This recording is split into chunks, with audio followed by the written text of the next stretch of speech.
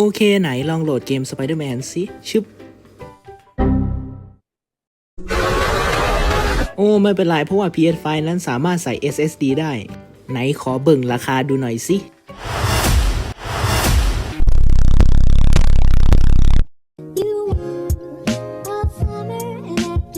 สวัสดีครับอยู่กับผมอาชีพจาก AC System นะครับและเราอยู่กับเจ้า PS5 ของเราครับ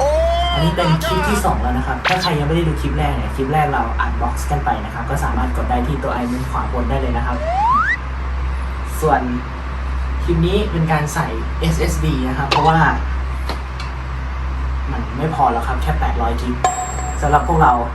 จริงๆ800 กิกที่มันให้มาก็ใช้ได้แค่ประมาณ600 กิกเองครับเพราะฉะนั้นยังไงก็ไม่พอครับแค่ Spider-Man กับ Ghost of Tsushima ก็ล่อไป200 กิกแล้วเดี๋ยวโหลดมาอีกสัก 2-3 เกมก็เต็มแล้วครับ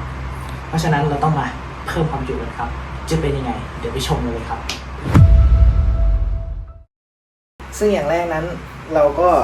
ตัว PS5 ของเราประกอบกับฐานเป็นที่เรียบร้อยแล้วนั้นเราจะต้องถอดฐานมันออกก่อนชุบเราก็จะกลับด้านมันนะครับค่อยๆครับถ้าเป็นรอยขึ้นมามีน้ำตาไหลรินแน่นอนดังนั้นเราก็อันสกรูมันครับเมื่อเราถอดฐานมันออกมาแล้วก็เอาเก็บไว้ก่อนเอาอะไรเนี่ยเราเอาไปเก็บแล้วนั้นเราก็จับตัว PlayStation นะครับเอาด้านที่ไม่มีตัว PS ขึ้นนะครับเป็นด้านฝั่งใส่แผ่นครับส่วนอันนี้ก็คือตัว SSD ของเรานะครับที่เราสั่งมาครับของผมซื้อมาเป็น2 เทราไบต์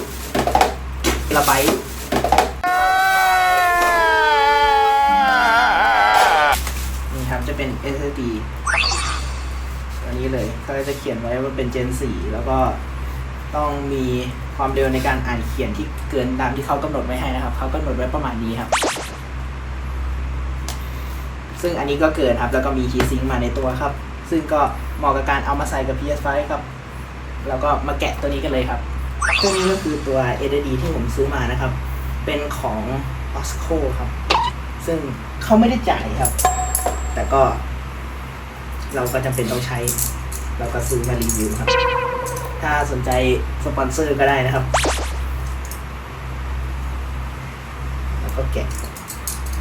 แล้วเราก็เอาตัวพลาสติกออกก่อนพลาสติกที่หุ้มข้างนอกซึ่งตัวนี้ก็เป็นตัว Gen 4 นะครับตามที่ PS5 เขา require ไว้นะครับว่าต้องใช้ครับชิปแล้วก็จะพบกับตัว SSD นะครับนี่เป็นตัวที่ยึดนะครับแล้วก็เป็นพวกคู่มือครับว้าวนี่นะครับ SSD with heatsink 2 เทราไบต์เห็นแล้วน้ำตาจะไหลเดี๋ยวเราไปประกอบกันเลยครับเราจะต้องหันเอาด้านหลังของ PS5 ที่เป็นช่องพอร์ตต่างๆที่แบบเยอะๆนะครับหันเข้าหาตัวนะครับตัวของคนใส่ SSD นะครับเนี่ยหันเข้าหาตัวคนใส่นะครับหลังจากที่หันด้านหลังเข้าหาตัวแล้วตัว PS เนี่ยอยู่ด้านหน้านะครับก็จับฝั่งที่ตรงข้ามเฉียงมุมทะแยงตรงข้ามกับที่ใส่แผ่นนะครับยกขึ้นส่วนฝั่งที่ใส่แผ่นก็จับเช่นกันครับแล้วใช้มือขวามือนี้นะครับดันฝาเข้าไปครับมันจะหลุดออกครับต้องยกเล็กน้อยนะครับนี่แล้วมันก็จะหลุดครับมันจะหลุดออกง่ายเลยครับแต่ต้องยกแล้วก็ดันครับแล้วเราก็จะเห็นข้างในของ PS5 แล้วนะครับเราจะเห็นที่ใส่ตัว SSD อยู่ตรงนี้นะครับผมชอบรายละเอียดตรงรอบๆของตัวสกรูมากครับมันเป็นตัวสัญลักษณ์ตัวบนจอยของ PS5 เดี๋ยวเราเอาเจ้าตัวเล็กนี้มาใส่ในนี้กันเลยครับเมื่อเราได้ไขควงมาแล้วนั้นเราก็มาขันออกกันเลยครับชุบค่อนข้างเล็กเลยครับนี่เราก็จะได้ออกมาชิ่งแล้วเราก็ยกเจ้าอันนี้ออกมาครับเราต้องหาอะไรมางัดแต่ผมเชื่อว่าเล็บผมแข็งแกร่งพอที่จะงัดไอ้นี่หลังจากนั้นเราก็จะเห็นตัวน็อตที่เขาไว้ให้มาสำหรับยึด SSD นะครับมันจะอยู่ช่อง หน้าสุดมันจะมีแต่ละช่องตามแต่ละ SSD ที่เราจะใส่นะครับโดยเราจะต้องเอา SSD นะครับเสียบเข้าไปนะครับอย่ากดลงสุดหรือขึ้นหงายนะครับเอาแบบระนาบเดียวกันแบบกลางๆนะครับค่อยๆเสียบเข้าไปนะครับนี่ครับแล้วก็ค่อยๆชิปพยายามให้มันระนาบให้ได้มากที่สุดนะครับแล้วพอเข้าไปเราก็จะสัมผัสได้ว่ามันเข้าครับมันจะเป็นแก๊กแบบเมื่อกี้ครับพอมันเข้าแล้วนั้นแล้วก็เอาน็อตตัวนี้นะครับมายึดตามรูที่ SSD มันยาวถึงนะครับมีตัวรองน็อตอยู่นะครับที่จะเป็นแบบนี้ครับตัวเล็กมาก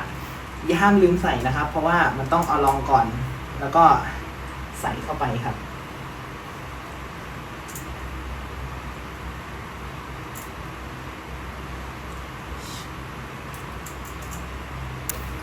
นี่ครับแล้วพอใส่แหวนรองเข้าไปด้านล่างแล้วใส่ตัวนี้เข้าไปแล้ว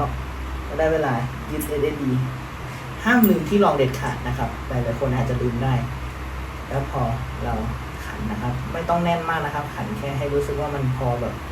อแน่นนิดหน่อยหลังจากนั้นเราก็เอาฝาตัวเดิมนะครับต้องสอดเข้าไปนิดนึงนะครับชึบแล้วก็ปิดลงมาครับชึบพอปิดลงไปเสร็จแล้วเราก็เอาตัวน็อตPlayStation นะครับผมก็เรียกมันว่า Not PlayStation เลยแล้วกันแล้วก็ใส่มันเข้าไปนะครับแล้วก็ประกอบมันกับที่เดิมชิบแล้วทุกอย่างก็สมบูรณ์เรียบร้อยการใส่ SSD ครับง่ายยิ่งกว่าปอกกล้วยครับเราก็เอาตัวนี้มานะครับแล้วเราถอดออกมาทางนี้ใช่ไหมครับเราก็ต้องใส่มันกลับเข้าไปทางนี้ครับเพราะฉะนั้นเราจะต้องค่อยๆวางนะครับเสร็จปุ๊บกดลงเล็กน้อยแล้วเดี๋ยวชึบมันก็จะเข้าไปเองครับเมื่อกี้เรายกขึ้นเพื่อเอาออกอันนี้มันก็กดลงเล็กน้อยเพื่อดันเข้าครับแล้วเราก็จะสมบูรณ์แล้วกับการใส่ SSD มันก็จะกลับมาเป็น PS5 อันเดิมอันดีของเราที่มี SSD เพิ่มขึ้นมา2 เทราไบต์ครับไปเดี๋ยวเราไปเสียบปลั๊กแล้วก็เปิดกันเลยครับเมื่อเราใส่ SSD แล้วเรากดเปิดขึ้นมามันก็จะขึ้นให้ตั้งค่า format ครับก็กดไปที่ format drive SSD นะครับฝั่งขวานี้แล้วมันก็จะขึ้นความเร็วในการอ่าน SSD มาให้นะครับ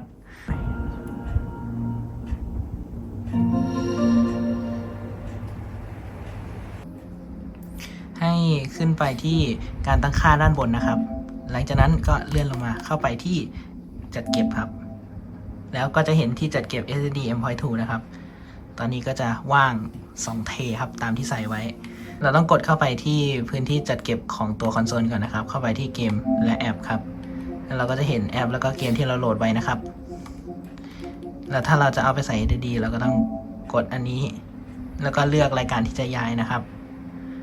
ซึ่งอันนี้เดี๋ยวผมจะย้าย Tekken 7 ไปนะครับ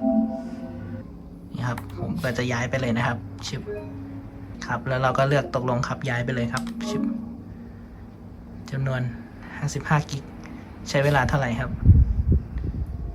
เร็วมากครับ10 9 8 7 6 5 4ยังนับไม่เลยเต็มหลอดก่อนแล้วถ้าถามว่าคุณควรซื้อ SSD ไหมนั้นผมจะแนะนำว่าถ้าคุณเป็นคนที่ซื้อแผ่นเยอะแบบซื้อแผ่นมาสะสมไม่เน้นโหลดเกมหรือว่าแบบไม่ได้สมัคร PS Plus หรือเป็นคนที่สมัคร PS Plus แต่เล่นเกมไม่เยอะแค่ 2-3 เกมพวกเกมแบบท็อปเลยผมก็แนะนำว่าไม่ต้องซื้อก็ได้ส่วนถ้าคุณเป็นคนที่ไม่ค่อยได้เก็บสะสมแผ่นหรือไม่ค่อยได้เล่นเกมจากแผ่นแล้วคุณเป็นคนที่สมัคร PS Plus แล้วดองเกมไว้เยอะเล่นเกมแบบโหลดมาแล้วก็ดองไว้ไม่ได้เล่นหรือว่าแบบโหลดไว้แล้วก็เดี๋ยวค่อยเล่นอย่างเงี้ยครับก็แนะนำว่าซื้อ SSD มาเผื่อไว้ดีกว่าเราจะได้มีเนื้อที่ไว้อุ่นใจมากขึ้นหรือถ้าบางคนคิดว่า